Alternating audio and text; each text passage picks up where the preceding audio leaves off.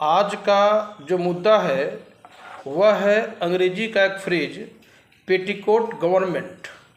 Petticoat government एक ऐसा phrase है जिसका मतलब ही होता है घर में स्त्री का शासन होना या घर में पत्नी का शासन होना, ठीक है ना।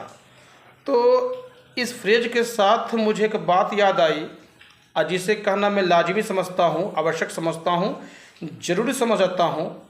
यह बात प्रत्येक परिवार की है, कोई भी परिवार इससे अछूता नहीं है, ना हमारा परिवार, ना आपका परिवार, ना किसी का परिवार। तो कहा भी गया है कि समाज और परिवार बर्बाद होना वहीं से शुरू हो जाते हैं जहाँ पर समझदार मौन रहे और बेवकूफ़, यहाँ बेवकूफ़ का मतलब क्या हुआ, छोटे छोटे बच्चे जिनकी उम्र अभी सिर्फ पढ़ने लिखने की है, बड़ों के मामले में दखलंदाजी करने की नहीं है, तो उन्हें ही यहाँ बेवकूफ़ की संज्ञा दी गई है, ठीक है ना।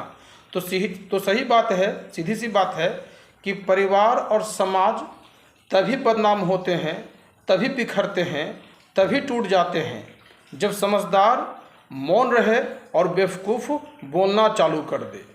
पहला मैटर।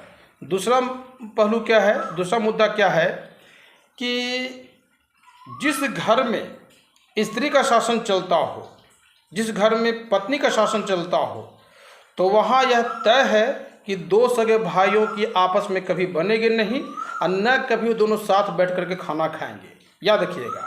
तो कहने का मतलब है कि निर्माण और प्रलय स्त्री की गोद में ही पलते हैं, है ना। तो पेटीकोट गवर्नमेंट एक ऐसा फ्रेज है जिसका मतलब होता है घर में पत्नी का शासन होना, घर में स्त्री का शासन होना। याद रखिएगा स्पेलिंग PETTICOAT पेटीकोट और GOVERNMENT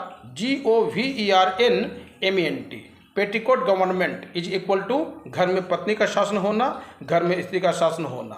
दैट्स ऑल।